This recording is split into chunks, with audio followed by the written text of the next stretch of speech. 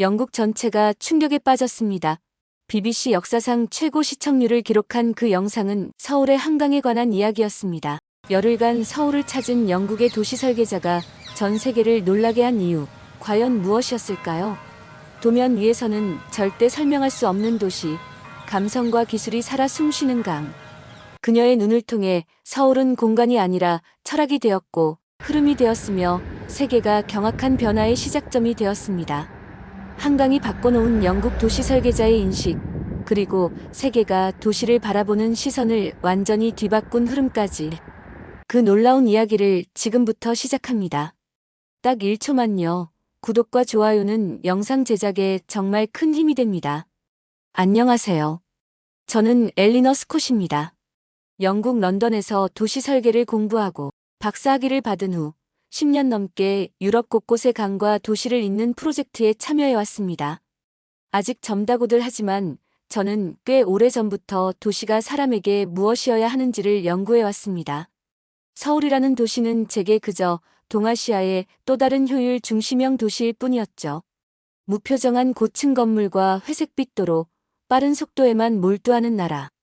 그런 편견을 안고 한국 땅을 처음 밟았습니다. 하지만 서울, 그리고 한강은 그 첫 인상을 너무도 조용하게 부숴버렸어요. 도시란 설계도보다 이야기가 먼저여야 한다는 걸 깨닫기까지 그리 오래 걸리지 않았습니다. 서울에 도착한 날, 저는 마치 낯선 미래 도시에 발을 들인 듯한 기분이었어요. 공항은 칼같이 정돈돼 있었고, 도로 위 차량 흐름은 흡사 오케스트라처럼 정교하게 맞물려 움직였죠. 안내 표지판은 단 한 글자도 흐릿하지 않았고, 지하철 플랫폼은 놀라울 정도로 깨끗했어요. 열차는 분 단위로 정확히 도착했고, 승객들은 조용하고 질서 있게 움직였습니다. 이 모든 질서와 정밀함은 확실히 감탄할 만했지만, 어딘가 마음이 닿지 않는 느낌도 지울 수 없었어요. 마치 너무 잘 정리된 도시, 사람보다는 시스템이 우선인 장소처럼 느껴졌죠. 이런 곳에 감성이란 게 있을까? 속으로 중얼거렸던 것 같아요. 그러다 여의도 인근에서 한강을 처음 마주했을 때 생각이 잠시 멈췄습니다. 거대한 도심 속에서 이렇게 여유로운 수변 공간이 존재한다는 사실 자체가 낯설었어요. 해질 무렵이었고 강 위로는 주황빛 햇살이 부서지듯 퍼지고 있었어요. 갈대숲 사이로 바람이 지나가며 사각이는 소리가 들렸고 사람들은 서로 방해하지 않으며 조용히 걷고 있었습니다. 그 순간만큼은 도시 전체가 숨을 고르고 있는 듯했죠. 강변의 구성은 놀라웠습니다.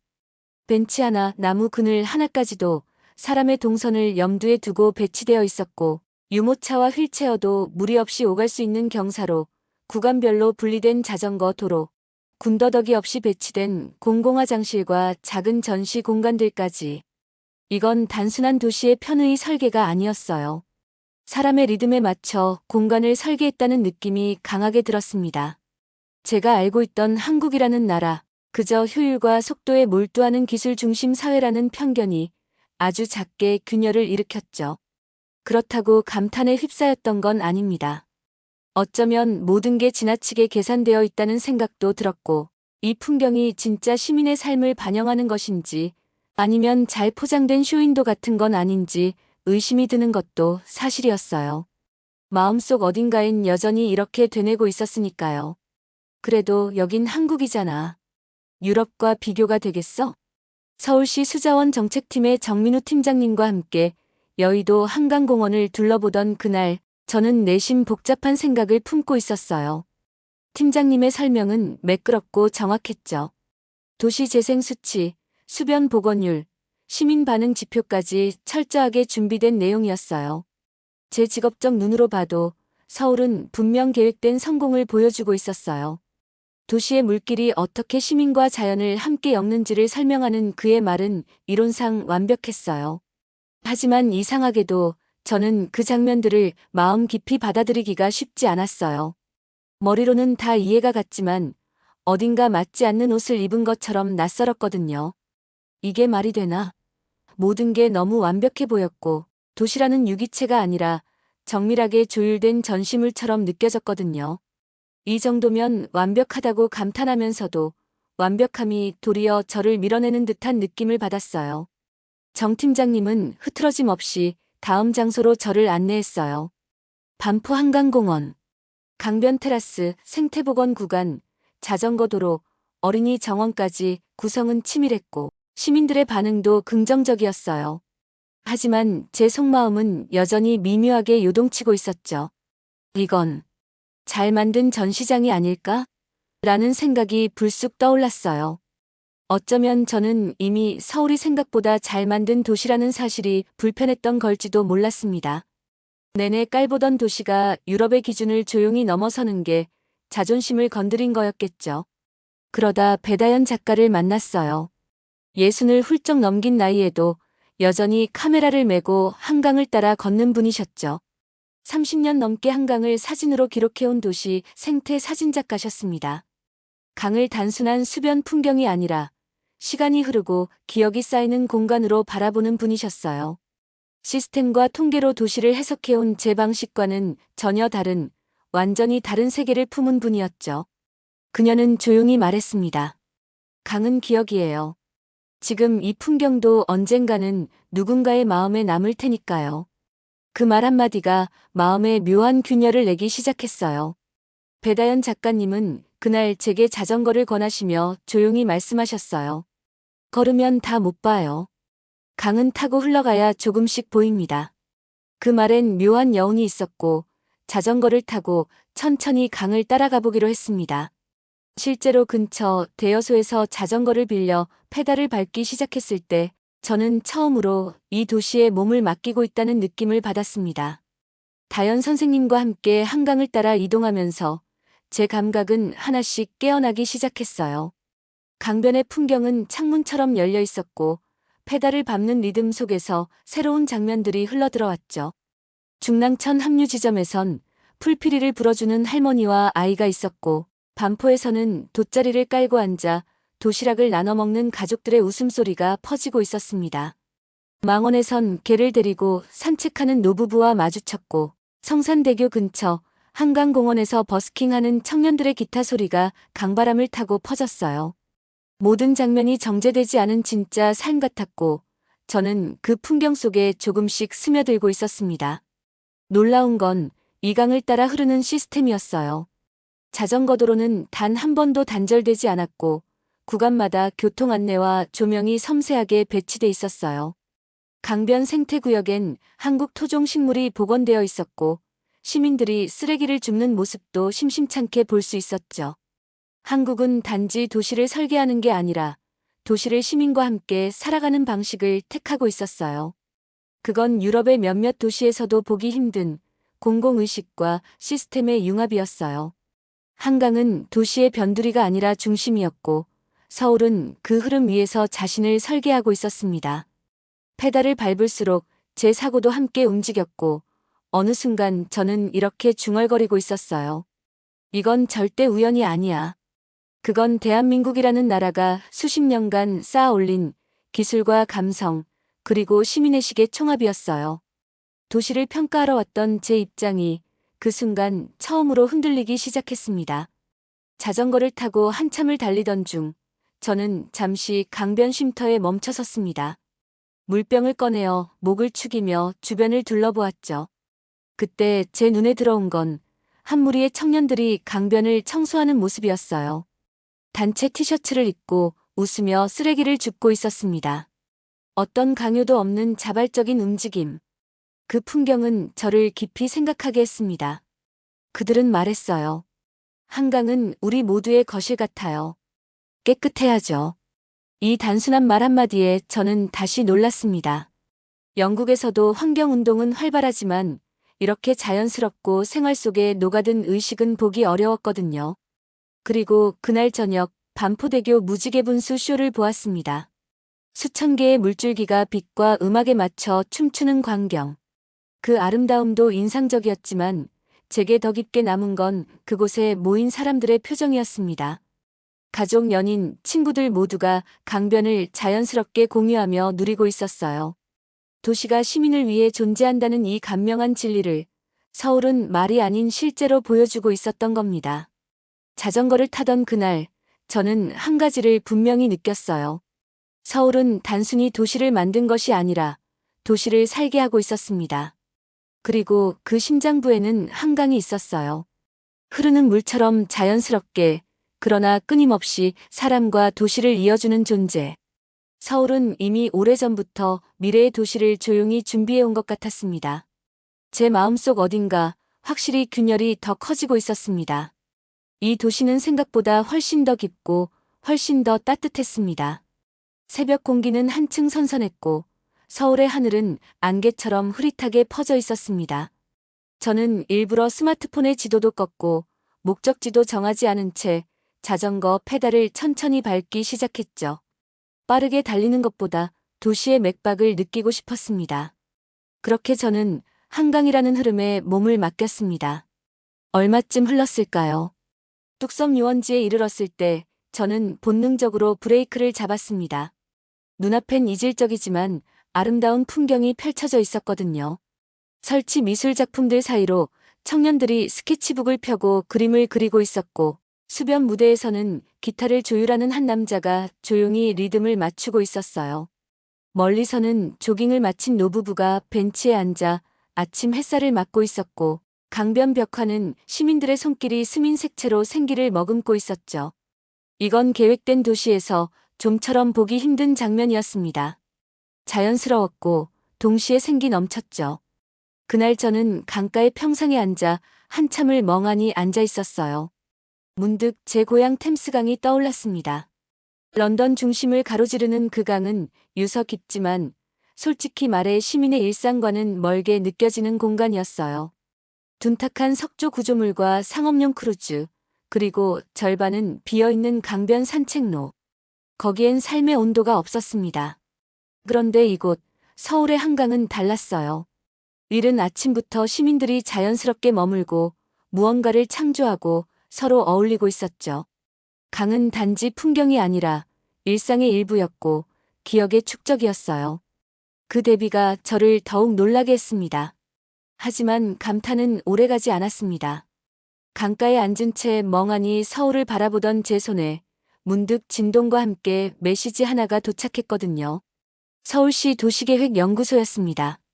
한국의 수변도시 모델에 대한 외부 전문가의 의견을 듣고 싶습니다. 아주 정중하고 간결한 초청이었죠. 그 한 문장을 보는 순간 마음속에 조용한 동요가 일기 시작했어요.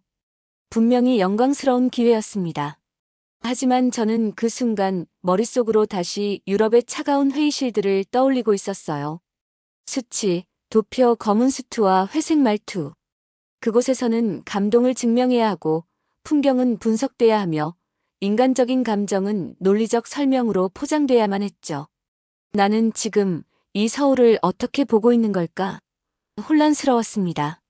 저는 점점 이 도시에 빠져들고 있었고 어느 순간부터는 계획과 분석보다 숨결과 체온을 보고 있었죠. 그런데 이 초청을 수락하는 순간 다시 원래의 차가운 자리로 돌아가야 한다는 생각이 머릿속을 맴돌았습니다. 제가 느낀 따뜻함과 울림이 그들 앞에서 객관성이라는 이름으로 해체되는 게 두려웠어요. 그런데도 제 손은 휴대폰을 놓지 못하고 있었습니다. 어쩌면 저는 알고 있었던 것 같아요. 이 초청은 단지 회의의 자리가 아니라 제가 지금까지 느낀 모든 것들을 진짜 내 것으로 만들 수 있는 기회라는 걸요. 강 위를 천천히 흐르는 작은 배 한 척이 눈에 들어왔습니다. 그 모습은 마치 지금의 저를 비추는 거울 같았어요. 어디로 가는지 모르지만 물살을 따라 묵묵히 앞으로 나아가는 모습. 제 마음도 그랬습니다. 확신은 없지만 돌아설 수는 없었습니다. 그리고 저는 답장을 쓰기 시작했어요. 초청을 수락하겠습니다. 서울시청 별관의 소회의실은 아담하고 정갈했어요. 넓은 창으로 쏟아지는 햇살, 깔끔하게 정돈된 테이블, 조용히 놓인 노란 메모지와 정수기 물잔들. 정장 차림의 정책 실무자들과 연구원들이 각자의 노트북을 앞에 두고 앉아 있었고 저 역시 캐주얼한 블레이저 차림으로 그들 사이에 섞여 있었습니다. 격식은 느슨했지만 공기의 결엔 분명 집중과 긴장감이 10개 깔려 있었죠. 이번 자리는 단순한 소개나 교류의 자리가 아니었습니다. 서울시는 해외 전문가의 시선으로 자국의 수변도시 정책을 객관적으로 평가받고 그 분석을 향후 도시계획 수립의 방향성과 실제 정책 설계에 반영하려는 목적이 뚜렷했습니다. 일방적인 홍보가 아닌 자신들의 한계까지 점검하고 수용하려는 자세. 저는 그런 자세에 내심 감탄했고 동시에 책임감도 느꼈어요. 제 발표 주제는 한강의 유연한 도시성이었어요. 하지만 그것은 단순히 물리적 흐름을 뜻하는 말이 아니었어요. 저는 서울이라는 도시가 한강을 매개로 어떻게 시민과 연결되고 어떻게 감정과 일상이 흐르게 만드는지에 집중했죠. 수치보다 풍경, 지표보다 표정. 저는 실측값이 아닌 체험으로 다가왔던 장면들을 조심스레 풀어냈습니다. 잠시 정적이 흐른 후 한 젊은 연구원이 조심스럽게 입을 열었어요. 박사님의 관찰을 흥미롭게 들었습니다. 혹시 저희 정책의 부족한 점이나 시민의 관점에서 아쉬운 부분이 보였다면 말씀해 주실 수 있을까요? 말투는 조심스러웠고 시선엔 진심이 담겨 있었어요. 그 순간 저는 낯선 안도감을 느꼈습니다. 유럽이라면 객관성 부족이라는 지적부터 날아왔을 겁니다. 하지만 이곳에선 감성의 관찰도 도시계획의 일부로 여겨질 수 있다는 가능성을 본 듯했어요. 서울은 생각보다 훨씬 더 열린 도시였습니다. 회의가 끝나고 나왔을 때 창밖의 햇살은 부드럽게 시청 벽면을 타고 흘렀고 거리엔 점심시간을 맞은 시민들이 삼삼오오 걸어가고 있었죠. 회의실 안엔 없던 한강이 제 가슴속에만은 여전히 유유히 흐르고 있었습니다. 그날 제 안에 하나의 문장이 자리 잡았어요. 도시는 누구의 언어로 정의되어야 하는가? 더는 혼란이 아니라 제가 앞으로 나아가야 할 이유처럼 느껴졌습니다. 며칠 후 서울에서의 아쉬움을 뒤로하고 런던으로 돌아왔습니다. 낯익은 골목과 익숙한 거리, 모든 게 제자리 같았지만 제 마음은 그곳에 머물지 않았어요. 서울의 강바람과 사람들의 표정, 도심을 가로지르던 그 느긋한 흐름이 계속 떠올랐습니다. 며칠 뒤 영국 국토개발부의 소규모 자문회의에 참석하게 되었고 저는 서울 사례를 간단히 공유했어요. 발표를 마친 뒤 모건 부국장이 말했습니다. 한강이라 흥미롭긴 한데 실효성은 어떻게 검증할 수 있지? 정서적 만족은 도시계획이 아니잖아. 그 한마디에 서울에서 느꼈던 감정이 무너지는 듯 했어요. 저는 조용히 대답했죠. 좀 더 정량적 분석도 병행할 계획입니다. 그 말이 공허하게 흩어지고 회의는 다음 안건으로 넘어갔습니다. 그날 밤 저는 서울시에서 마지막으로 들은 말을 떠올렸어요. 당신이 본 것을 그대로 말해주세요. 그 말이 저를 다시 붙잡았어요. 그 순간 저는 알았습니다. 서울이 보여준 건 구조가 아니라 태도였다는 걸. 사람이 중심이 되는 도시, 그것이 진짜 이야기였다는 걸요. 그리고 다음 날 제게 한 통의 전화가 걸려왔습니다. 아무도 예상하지 못했던 진짜 갈등의 서막이 거기서 시작되리라는 걸 그땐 몰랐어요. 그 전화는 옥스퍼드 도시건축연구소에서 온 것이었습니다. 내부 발표 자료가 일부 학회에 공유되었고 제 발언 일부가 곡해된 채 빠르게 확산되고 있다는 이야기였어요. 학계 게시판에는 익명의 비판글이 연달아 올라왔고 심지어 일부 저널에서는 감성에 취한 여행기, 과도하게 미화된 도시 이미지라는 논란에 휩싸였어요. 이건 단순한 논쟁이 아니었습니다. 제 연구자로서의 신뢰 자체가 흔들리는 위기였고 제가 감히 도시의 본질을 정서로 이야기했다는 이유로 비웃음의 대상이 된 것이었죠. 무엇보다 충격적이었던 건 학계 내부 회람문에서 제 보고서를 두고 한국 도시 홍보를 위한 감성적 장식물이라 표현했다는 사실이었습니다. 저는 며칠간 발표 자료를 꺼내지도 못한 채 고개를 들 수 없었어요. 하지만 그 모든 비난 가운데서도 한 문장이 계속 마음을 울렸습니다. 서울은 도면이 아니라 흐름이다. 제가 서울에서 본 건 구조가 아닌 태도였고 공간이 아닌 사람의 숨결이었습니다. 저는 이걸 지켜내야 했어요. 그리고 바로 그때 BBC 다큐멘터리 제작팀에서 연락이 왔어요. 당신이 서울에서 보고 느낀 것 있는 그대로 보여줄 수 있겠습니까? 이 질문은 제 갈등을 정면으로 깨뜨렸습니다. 감정을 외면한 도시가 얼마나 메마른지 저는 이제 너무 잘 알고 있었으니까요. 그리고 그것이 그렇게 많은 사람들의 관심을 받게 될 줄은 그 누구도 예상하지 못했어요. 촬영을 앞두고 며칠 동안 저는 제대로 잠들지 못했습니다. 카메라 앞에서 진심을 드러낸다는 일이 이토록 어려울 줄은 몰랐어요. 연출과 진정성 사이, 보여주기 위한 장면과 제가 실제로 느꼈던 감정 사이에서 제 마음은 끝없이 흔들렸죠. 한강의 갈대숲을 비춘다고, 자전거를 타는 노인의 리듬을 담는다고 해서 사람들이 그 도시의 태도를 느낄 수 있을까요? 그건 숫자나 자막으로 설명될 수 있는 것이 아니었거든요. BBC 제작진은 제 경험을 토대로 프로그램을 구성하려 했지만 학계는 여전히 싸늘했습니다. 제 이름이 들어간 논문은 2번이나 심사에서 탈락했고 돌아온 답변은 늘 같았습니다. 감성 중심 접근은 도시계획 담론에서 의미를 갖기 어렵다. 공감과 숨결을 이야기한 순간부터 저는 학문적 장벽 바깥으로 밀려난 듯한 기분이었습니다. 그럼에도 저는 매일 아침 한강 사진을 꺼내보았어요. 강을 따라 걷던 아이, 벤치에 앉은 노부부, 바람에 흔들리는 갈대. 그 장면들은 묻고 있었습니다. 당신은 정말 이걸 믿느냐고. 이게 도시가 품어야 할 진짜 얼굴이 아니냐고. 저는 침묵으로 대답했지만 그 질문에서 눈을 돌릴 수 없었습니다. 결국 저는 선택했어요. 논문보다 사람을 택하기로. 서울에서 만난 그 조용한 흐름을 말이 아닌 눈빛과 호흡으로 전하기로. 그리고 그 순간부터 제 호흡은 다시 고르게 바뀌었고 카메라는 천천히 돌아가기 시작했습니다. 그건 단순한 기록이 아니었어요. 그것은 태도에 대한 이야기였어요. 한국이라는 도시가 말없이 보여주고 있던 것들, 기술보다 삶, 구조보다 숨결, 속도보다 여백. 세계가 잊고 있던 도시의 본질이 서울이라는 공간에서 고요하게 되살아나고 있었습니다. 하지만 저는 몰랐어요. 그렇게 담아낸 장면들이 한국과 영국 사이에 예상치 못한 파장을 일으킬 줄은, 서울 내부에서조차 예기치 못한 반응들이 터져 나오리란 것도. 저는 그저 한 도시의 숨결을 정직하게 담고 싶었을 뿐이었는데요. 다큐멘터리가 방영된 그날 밤, 저는 런던의 작은 아파트 거실에 앉아 있었습니다. 화면 속에는 제가 본 서울이 그대로 흐르고 있었어요. 갈대숲을 지나가는 노인의 페달, 강가에서 피크닉을 즐기는 가족, 그리고 말없이 앉아 강을 바라보던 수많은 시민들. 그 하나하나가 도시의 구조도 수치도 아닌 태도를 보여주고 있었죠. 처음엔 조용했습니다. 그런데 몇 시간 뒤부터 예상하지 못한 반응들이 밀물처럼 쏟아졌어요.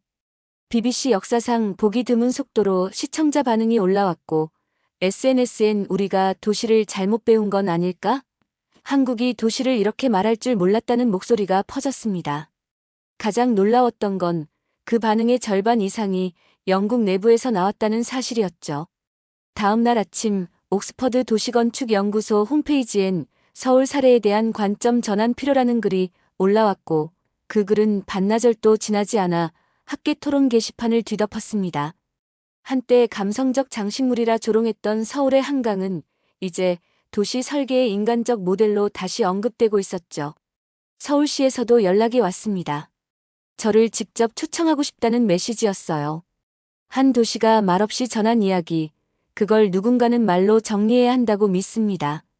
그날 밤 저는 한참을 창밖을 바라봤습니다. 저는 서울을 바꾸지 않았어요. 다만 그 도시에 귀 기울였을 뿐이고 사람들이 그 이야기를 듣기 시작한 것뿐이었죠. 사람과 사람 사이엔 언어가 있고 도시와 사람 사이엔 태도가 있다는 것. 한국은 이미 오래전부터 그것을 알고 있었고 이제 세계가 그 이야기를 들은 것이었어요. 며칠 뒤 저는 국제도시 설계 컨퍼런스 무대에 섰습니다. 주제는 도시와 흐름, 사람과 자연을 연결하는 설계의 미래. 서울 한강의 사례는 단순한 기술적 프로젝트가 아니었어요. 그것은 도시가 어떻게 인간과 자연, 감정과 기술을 유기적으로 연결할 수 있는지를 증명한 살아있는 사례였죠. 강연을 마치자 강당엔 짧은 정적이 흘렀고 이내 조용하지만 묵직한 박수가 터졌어요. 발표가 끝난 직후 한 도시설계연합회 대표가 다가와 조심스레 말했습니다. 이건 새로운 도시 철학의 서문입니다. 전 세계 하천도시 네트워크를 이끄는 역할 맡아주시겠습니까? 그날 밤 호텔 창가에 앉아 한참을 고민했습니다. 도시란 무엇인가? 흐름과 숨결을 품은 공간, 기술이 아닌 태도로 완성되는 집합체. 서울은 그걸 가장 조용한 방식으로 보여줬고, 저는 이제 그 흐름 안에서 무엇을 실천해야 할지 명확해지고 있었습니다. 며칠 뒤 다시 서울에 도착한 저는 한강 둔치에서 배다연 작가와 마주했습니다. 다시 왔네요? 그녀가 웃으며 말했고, 저는 조용히 고개를 끄덕였습니다. 함께 찍은 사진 한 장이 흐릿한 노을 속에 담겼고, 그 순간 저는 알았어요. 이제 제가 걸어갈 길은 더 이상 관찰자의 것이 아니라 실천자의 길이라는 것을. 서울은 저를 바꿨어요. 그리고 저는 이제 도시를 바꾸는 흐름 속의 한 줄기 강물이 되기로 결심했습니다. 오늘 이야기는 여기까지입니다. 서울은 가장 한국적인 방식으로 도시의 미래를 다시 그려냈고, 한강은 단순한 물길이 아니라 인간과 자연이 손을 맞잡을 수 있다는 믿음의 증거였고, 도시라는 단어에 사람이라는 뜻을 다시 새긴 한국의 철학이었습니다. 오늘도 끝까지 함께 해주셔서 감사합니다. 재미있게 보셨다면 구독과 좋아요로 응원해주세요. 다음 영상도 따뜻한 이야기로 찾아오겠습니다. 감사합니다.